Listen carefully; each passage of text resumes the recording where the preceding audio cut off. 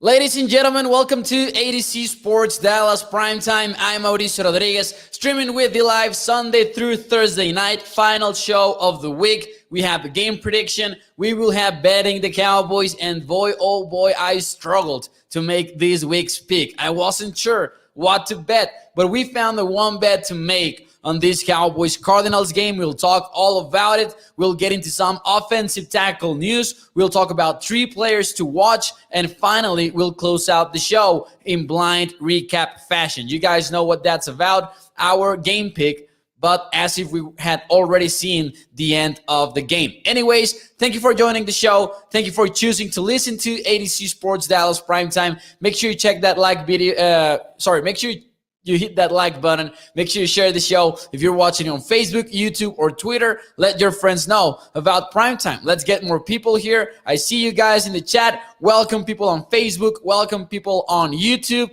Last stream of 2021. Stevie Mac is actually right. I had not realized this at all. This is the final ADC Sports Primetime show of 2021. The next time that we see each other, we will be in 2022, and hopefully we will be celebrating a Dallas Cowboys win over the Arizona Cardinals. So hit that like button one last time in 2021. Do it. Stephen White, what is up? Kenneth Fraser over at Facebook. Tommy in YouTube as well. Chuck at Facebook. Barrel Killer saying we've got the Lion King and we've got the Eagle. And I don't know if you guys saw that clip on Twitter. It went a little bit viral. Micah Parsons actually quote tweeted it, in which you see Dan Quinn carrying Micah Parsons as if he was Simba, the Lion King. And it was such a cool moment as well. Charlene Evans, what is up over at YouTube? Thank you, people, for joining the show. I appreciate you. Let's start the show officially. Here we go. Final stream of 2021. Let's do this.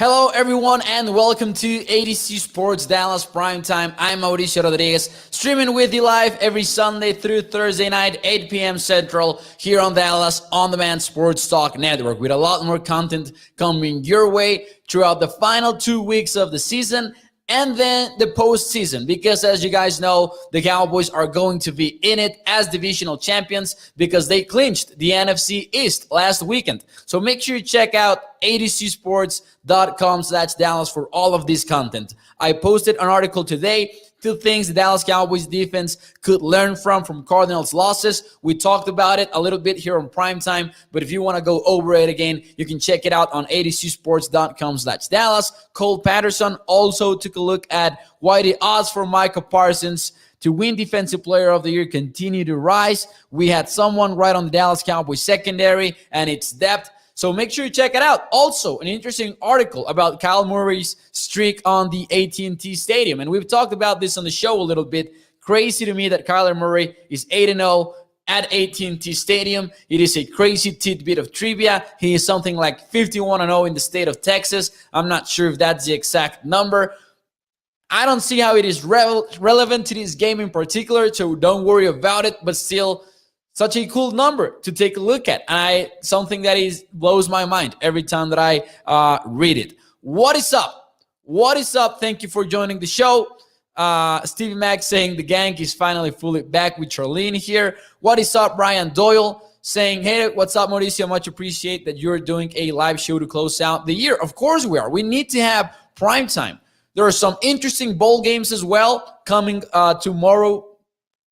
In the morning, in the evening, we have the playoff games. I'm taking Alabama and I'm taking Michigan. I have the opposite in that bowl game. I have Michigan and the Wolverines beating out Georgia. If you want to tell me what your prediction is, let me know in the chat. But I have Michigan winning the national championship. I might be proven wrong right off the bat. It is going to be a great defensive matchup, but it's a pretty cool way to close out the year. having these bowl games, and then having the Cowboys play the Cardinals on what feels essentially like a primetime game. Did you see that the NFL actually moved the games around in order to have the Cowboys-Cardinals game kind of as a clear game of the week at the 3:25 slot? So that really was telling as to how excited we all are, not only as Cowboys followers, but the entire NFL community, I feel, is excited about this one. Kyler Murray going up against Dak Prescott.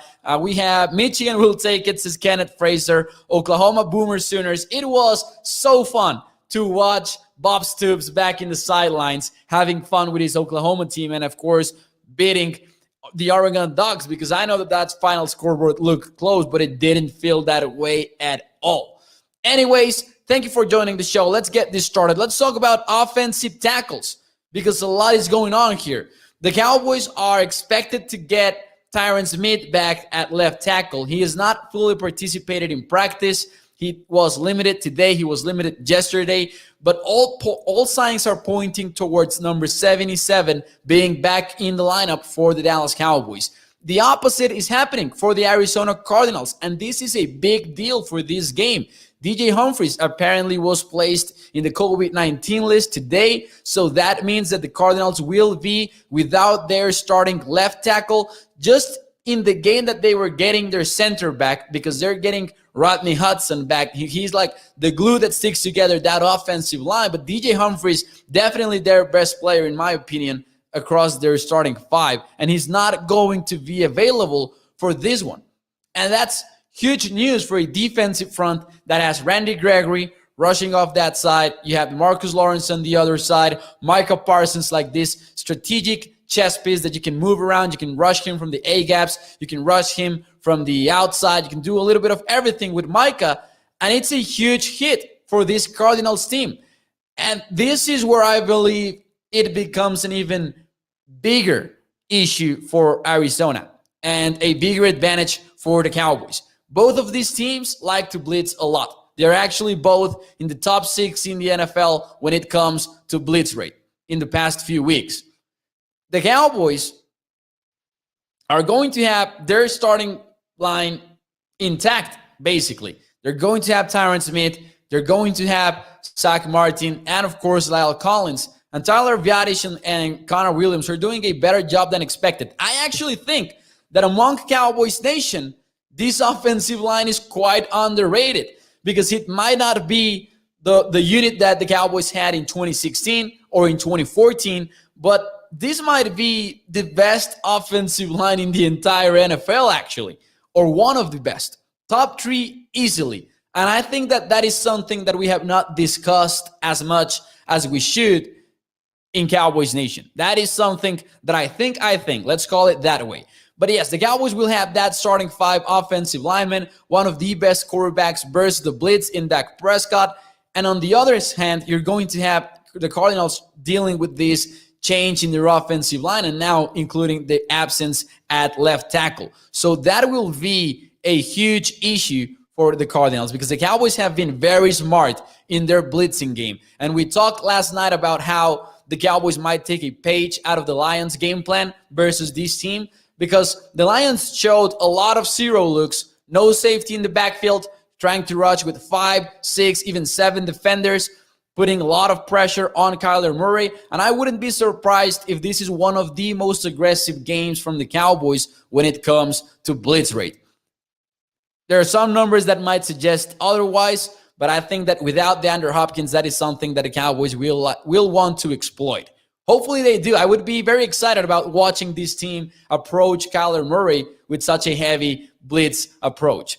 Teddy says, hey, Mauricio, enjoy the show. Thank you, Teddy, for being here. Also, what is up, Kim, over at Facebook? We have Jacob saying Quentin Bohanna out. I'm not sure if it is already official, but he has not practiced either day. So it looks like Quentin Bohanna, the rookie, is not going to be playing for the Cowboys. Interesting that the Cowboys also will not have, of course, Justin Hamilton, because he's not with the Cowboys anymore. He was signed, and now he's off the Cowboys practice squad. Good for Justin Hamilton, though. Getting signed to a roster is always a good news for any young player. But But Justin Hamilton was doing a good job for the Dallas Cowboys, and hopefully they're able to get him back in the team in 2022.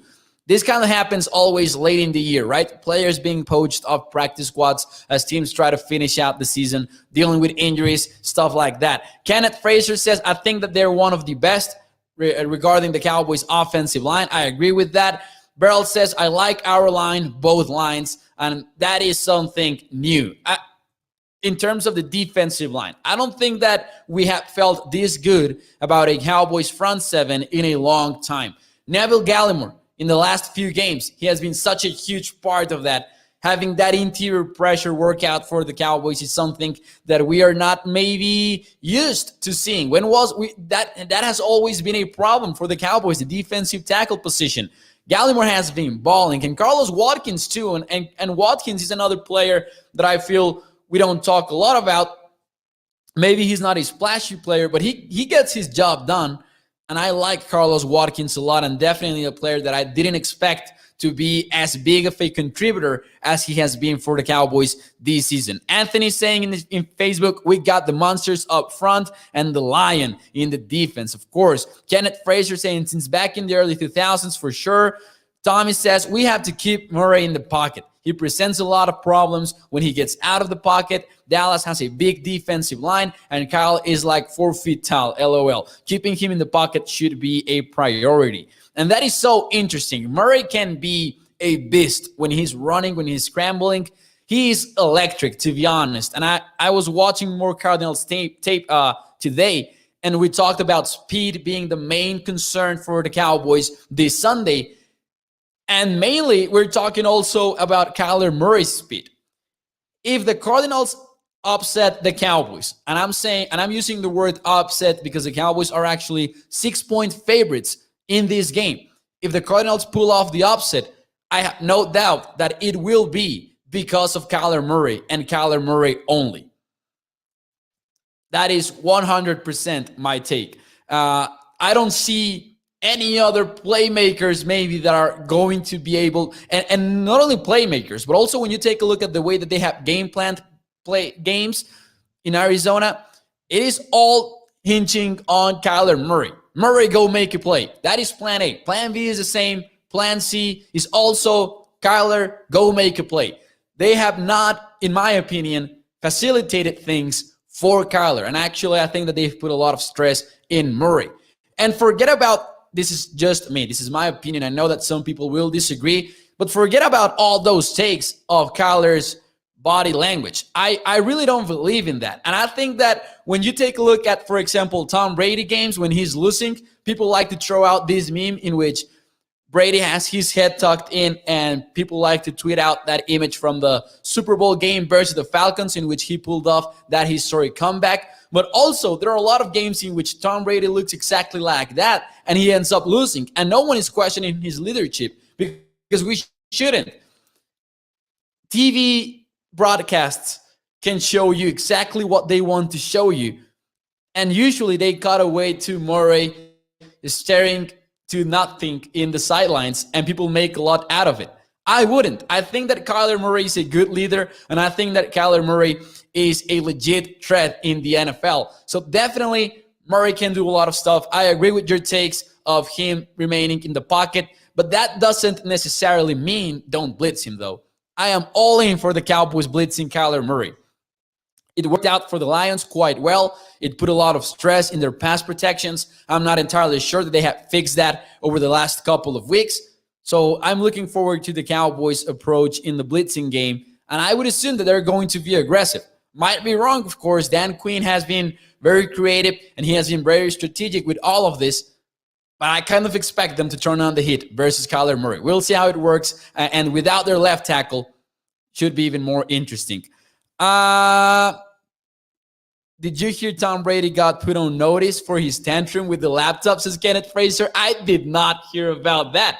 When he smashed that tablet on the sidelines last weekend versus the Saints. This wasn't last weekend. This was versus the Saints when they were shut out. I didn't hear about that, but that is actually quite funny. And I like Tom Brady a lot. I am one of those guys that defends Tom Brady. I do think he's the GOAT, but but a lot of people will hate on Kyler Murray for his body language, and maybe people don't realize that we see very similar body language from Brady when he is losing, and from a lot of quarterbacks. Just the shots that they show on TV sometimes are taken way out of context, right? Burrell says, is Gallimore our fridge? Nobody could stop him at the goal line. Gallimore has been so impressive. Looking forward to watching him versus Rodney Hudson and Max Garcia in this case, because they're a good duo. Max Garcia was struggling as the Cardinals center, but he's not a bad right guard, and I'm looking forward to watching that. Doug Wood says Carl's left tackle will be out. Yes, sir. He was placed in the COVID-19 list, and we don't have 5 days from here till Sunday, so he should be officially out. But yes, DJ Humphries placed in the COVID-19 list. Brady is a cheater, says Kenneth Richardson. I have my takes on all of that. We might, take a while if we get into it, but I have my takes in it. Hey, Mo, do you listen to the morning show? Says Tommy915. A lot of the times I do. A lot of the times I don't because of school-related things or work, because at that time, and I am 1 hour behind Central Time, so it makes it a little bit tougher on me, but I usually catch the second half of the show. Lasai Williams says Cowboys Kings of the East. Charlene says exactly. So, anyways, let's go. Let's talk about 3 players to watch in this game. And I'm going to ask you as well in the chat, who's your Cowboys player to watch in this game versus the Cardinals? I will start by the one in the picture, Jaron Kears. Jaron Kears has been such a big part of this Cowboys defense. And I was trying to, avoid saying Micah Parsons or saying Trevon Diggs, because I know that might be a mainstream answer. So I will say Jaron Kears, because here's the thing. Jaron has been so versatile for the Cowboys. And we talked about Parsons' versatility. Maybe we don't pay a lot of attention to Kears in that specific aspect, but the guy is out there playing linebacker. The guy is playing nickel cornerback at times. He's playing man-to-man coverage versus tight ends, and that will be huge for the Cowboys if he ends up in that assignment versus Zach Ertz. We know Zach Ertz up close as Cowboys followers, right? We have been watching Ertz cause damage versus the Cowboys defenses over the years. Now he gets another shot at it, and Jaron Kears, the way that he performs against him will be a key factor in this game. But more than anything, we also maybe don't talk about the fact that after Michael Parsons, Jaron Kears is Dan Quinn's favorite blitzer. And that has been an overlooked part of his game maybe. So definitely a game in which I would expect Kears to stand out and maybe put on a very impressive performance. I love the guys that are mentioning Dalton Schultz. For example, we have Dennis over here saying Schultz and Randall as well saying Schultz. Here's what I like about this matchup versus Dalton. He has been earning his paychecks, really has, and I actually am starting to believe that it will be quite difficult to keep him around in 2022. The way that he's playing this season and the way that he has been able to put up with it throughout most of the year, he has been consistent, and that is the one question that I had. Can Dalton Schultz be consistent? He has exceeded my expectations in the blocking game, really has. I expected Dalton to be good as a receiver. I had my doubts as a blocker, but Dalton Schultz has been earning his game checks, definitely. Here's the thing that I like about this matchup. The Arizona Cardinals are number 3 versus tight ends in terms of DVOA, in terms of efficiency. And it will be a big matchup for Schultz against players like Budda Baker, against players like Justin Simmons, among others. Really, really looking forward to Dalton Schultz's game. My number 2 player to watch will be CeeDee Lamb, because on a similar note, since we know that the Cardinals are pretty good defending tight ends, they're pretty good as well in terms of stats versus number 1 wide receivers, but they are bottom 12 against the rest of the receivers. So that means number 2s, number 3s. And I feel like CeeDee Lamb will have a very interesting game too. Because think about Byron Murphy. The Cardinals are banged up in the secondary, but their number one cornerback is Byron Murphy. He also wears number 7. Keep an eye out for him on Sunday. But the thing that I like about Murphy, from a neutral point of view, is that he plays outside and inside. They interchange him a lot.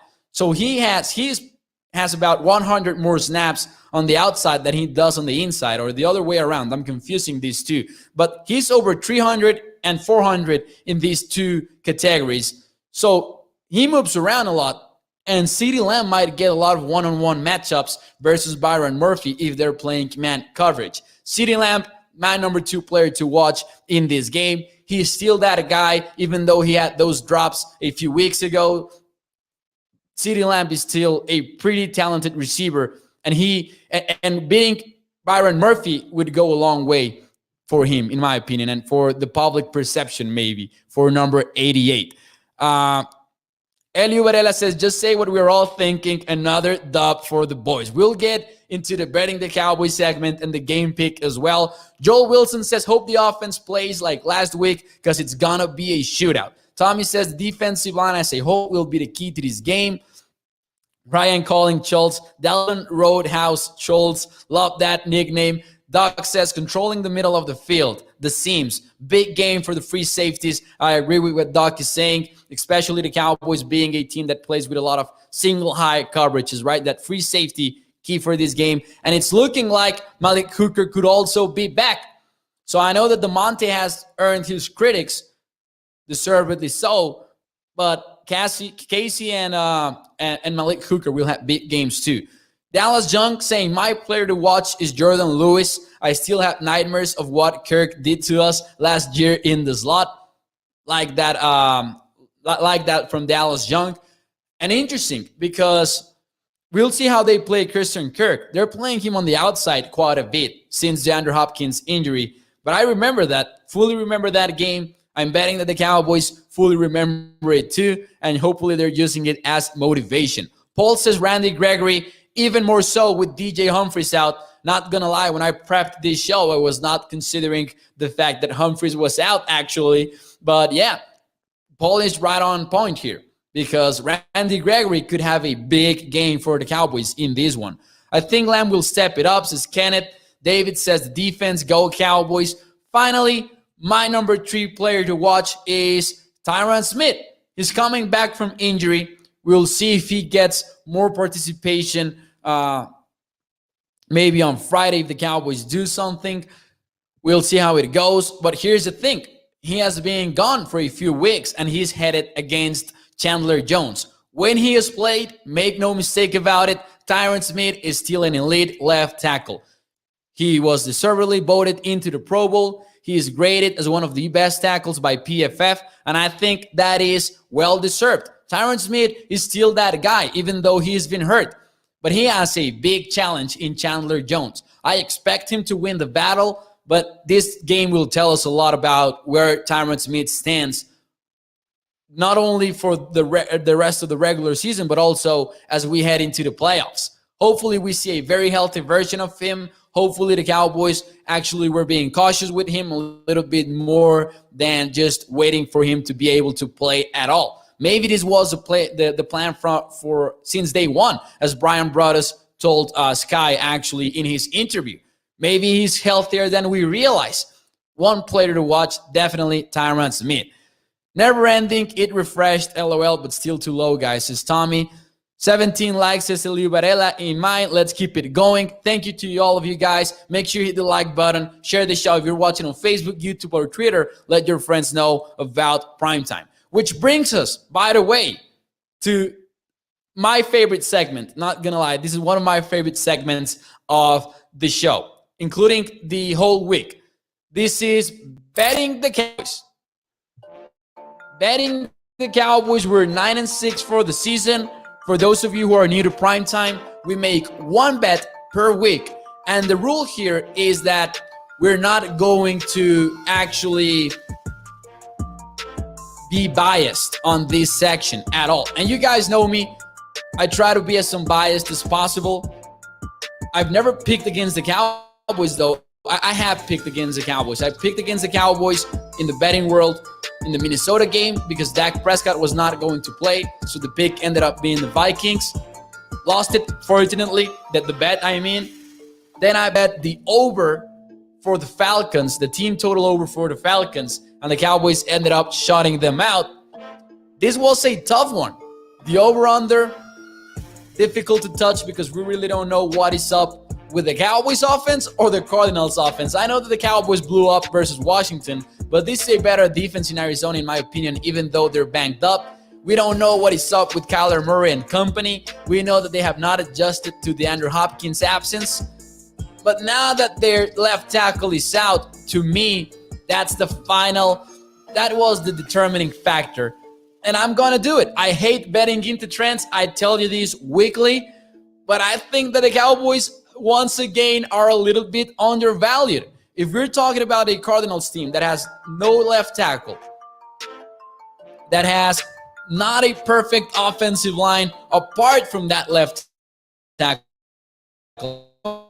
right side, we didn't see Kyler Murray be, able to deal with the Lions' blitzes a couple of weeks ago. I'm not sure that he will be able to handle the Cowboys' pressure on this one. So I'm taking the Cowboys once again, -6.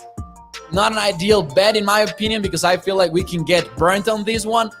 But the Cardinals' offense really doesn't inspire me any confidence beyond the fact that Kyler Murray can do some crazy stuff here and there.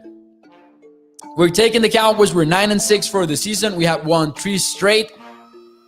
In big part, thanks to the Cowboys that are covering. And you guys know the saying: great teams, good teams win, great teams cover. And finally, blind recap for the game. We'll talk a little bit about one more game though after this, because if you are a Cowboys fan and you're thinking about the playoff seeding, we need to talk also about that Sunday night football. But here we go. Blind recap. The Dallas Cowboys were able to bring pressure all day long versus the Cardinals. Kyler Murray was sacked 3 times, 2 of them by Micah Parsons. You know what that means. Micah actually broke the record, the rookie record from Javon Kearse on Sunday versus the Cardinals, rushing from the inside, rushing from the outside as well. Jaron Kearse got an interception matched up versus Zach Ertz. All of this on way to the Cowboys' 12th win of the season. Cowboys 29, Cardinals 21. That's my pick. Cowboys 29, Cardinals 21. It's going to be a fun game. Drop your final prediction. By the way, I forgot to tell you. Drop your final score prediction for the Cowboys and the Cardinals game. Let me know in the chat what you think. Kenneth says, our offense definitely has to step up if we want to get that big W. People are talking about my height in the chat. Damn, I'm not going to answer that. Nah, just kidding. You guys know I'm short man committee. Here in Mexico, we use the metric system. I'm not about to hate on the inches and the feet system, though. But I mean, the metric system is way better, guys. Catch up. I'm just kidding. I like this prediction, Mal. Thank you to Nick. Shout out to Nick Wallace here in the chat. I like it as well. That's why it's my prediction, right? I'm being Bro Killer says 30-17. Look at Mel though, says 31-17. Ron Reed says Cowboys 29, Cardinals 16. 7 Fitz is Doc Woods 26-16. Jessica says 28-21. Peter Rizzo coming in at 23-18. Cheryl goes with 31-17. Kenneth Fraser is calling for a 40 burger by the Cowboys, 43-21. Let's go. Tommy says Micah needs an interception to seal the Defensive Player of the Year. That is right. That would seal it. That would definitely put the nail in the coffin for that award. So we have a lot of people taking the Cowboys. Ryan says take the over in this game. I am a little bit hesitant on the over. 29-21 basically would mean the over, because he's at 49.5 still, if I'm not mistaken. I'm not sure about the over-under on this one, guys. I'm really not sure. I lean under, actually. Joel Wilson says 20-10 because you know that Greg the Leg is going to miss an extra point. And that is not the only game that we care about if we are looking at the Cowboys and where they stand in the NFC. We are also looking at the Vikings versus the Packers. Sunday night football game. If the Vikings are able to pull it off, the Cowboys could end up being the number 1 seed in the NFC. And just a refresher, that would happen because the Cowboys need a triple tie or a multi-team tie. Because if they're only tied with the Bucs, Tampa has the head-to-head edge over the Cowboys. But if there's one more team involved in it, then the Cowboys would have the conference record edge and they would rank at number 1 in that tiebreaker. So if the Packers lose on Sunday night, the Cowboys might end up with a bye week in the playoffs. Might sound ambitious. We might be concerned about the Cardinals first, but let's say the Cowboys win and that you're ready to sit down to watch Sunday night football and enjoy the game, rooting for a Vikings team. You're asking yourself, can the Vikings actually do it? I'm not going to lie to you. In my pick'em, I took the Packers. I think that the Green Bay is favorite in this game. They should be favorite. It's going to be a Lambeau kind of weather game as well on Sunday night. I don't know if we'll see snow, but we could see snow on this one. It is going to be a classic late December game in Green Bay. The path to victory for the Vikings definitely is running the football. The Packers rank 31 in the NFL versus the run in terms of DVOA. The Vikings have Dalvin Cook. They have some good players looking like Cook will play. There is one bad thing for the Vikings, though. Adam Thielen is out for this game. And that leaves the Packers secondary in a very comfortable position to just take care of Justin Jefferson and maybe double him up, do stuff with him, and just eliminate him from the game and put the game in the hands of Kirk Cousins, trying to target other players like KJ Osborne, like his tight ends. This will be a tough one for the Vikings, but if they end up winning, it could be because of their running game versus one of the worst defenses versus the run. Did you guys see that game versus the Browns on Saturday? The Browns ran 8.8 yards per carry. That was their rushing average, 8.8 yards. The Packers still won that game, barely though. They were barely able to do it. And even though Baker Mayfield threw 4 interceptions, the Packers were struggling to hold on to this win. So I cannot sit here and tell you that it would be impossible for the Vikings to pull off the upset. It will be hard. And hey, of their last 7 games between the Vikings and the Packers, you guys know they're divisional rivals. They hate each other. Of their last 7, 5 of them have been 1-score games. And the Vikings are very familiar with those 1-score games. They really are. So I'm taking the Packers on the game, but don't be surprised. This is actually a winnable a winnable game for the Vikings. What is up, Forever Runway Fashion Line? Thank you for your comment. Thank you for your donation as well. You are saying, I bet Green Bay radio stations are saying, do the Packers match up well with us, or saying they should try to avoid us.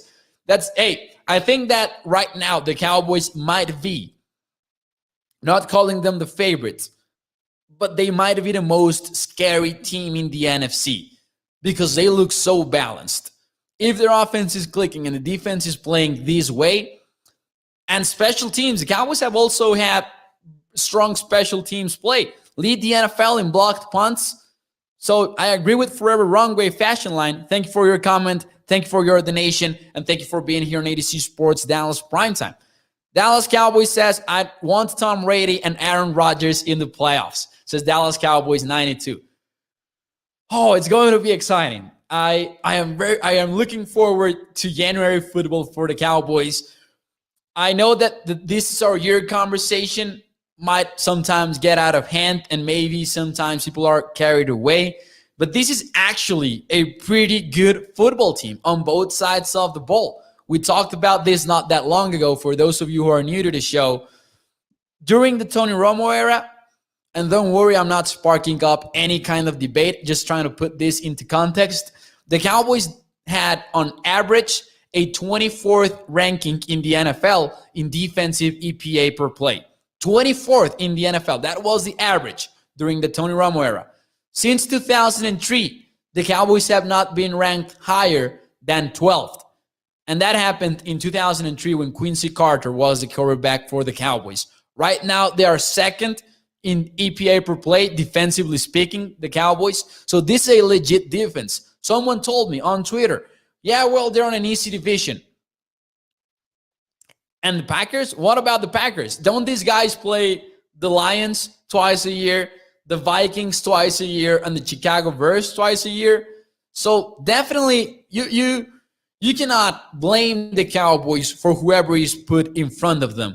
And the other thing that I thought about, you don't get to be the top scoring offense in the NFL with the most yards, with the second highest point differential, the highest turnover rate in the NFL. Because, by the way, opponents' drives end in a turnover 18% of the time versus these Cowboys defense. That is tops in the league.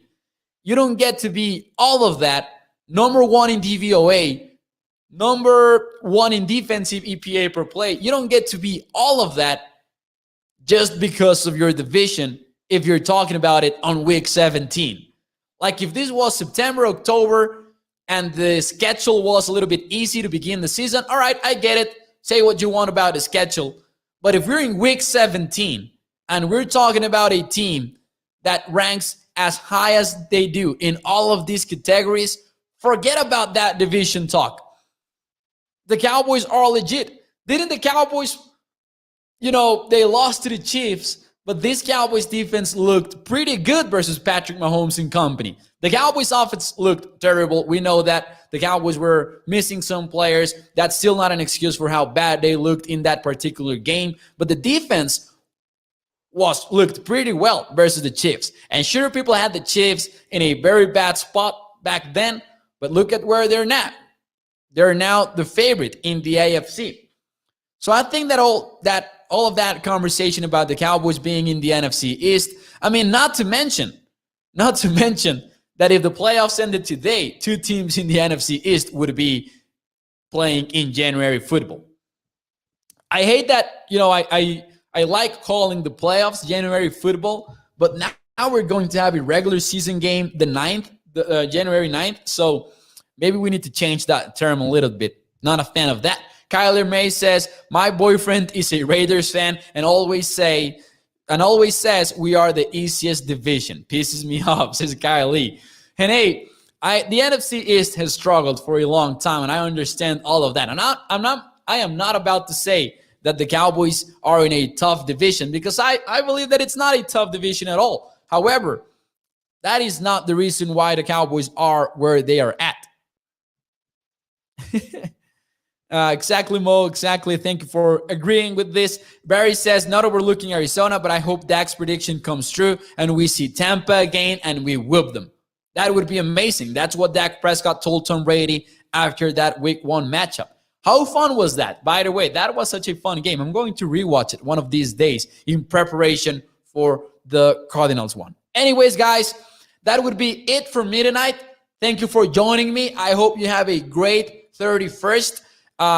Be as careful as you can in New Year's. Dak Prescott talked to the Cowboys, according to reporters, about avoiding Friday night parties because of, the New Year.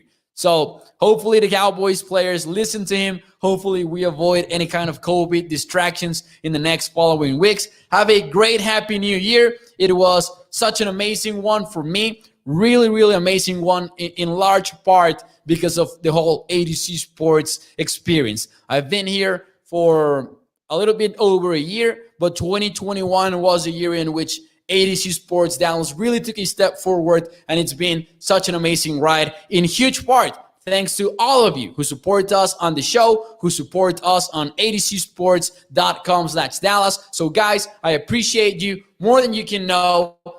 Thank you for being here. Thank you for hitting that like button for me every time that I ask you to. I really appreciate that too. I will see you Sunday night. Hopefully, we will be discussing a Cowboys win, and hopefully, we'll be picking from the corner of our eyes to the Sunday Night Football game. Hopefully, as the Vikings lead the Packers. We'll see if all of those predictions come true. So have a happy new year. Thank you guys in the chat. Thank you to all of you. I appreciate you guys, and I will see you Sunday night, 8 p.m. Central. We'll see how it goes. I've got the Cowboys, and I've got the Cowboys -6. Let's go.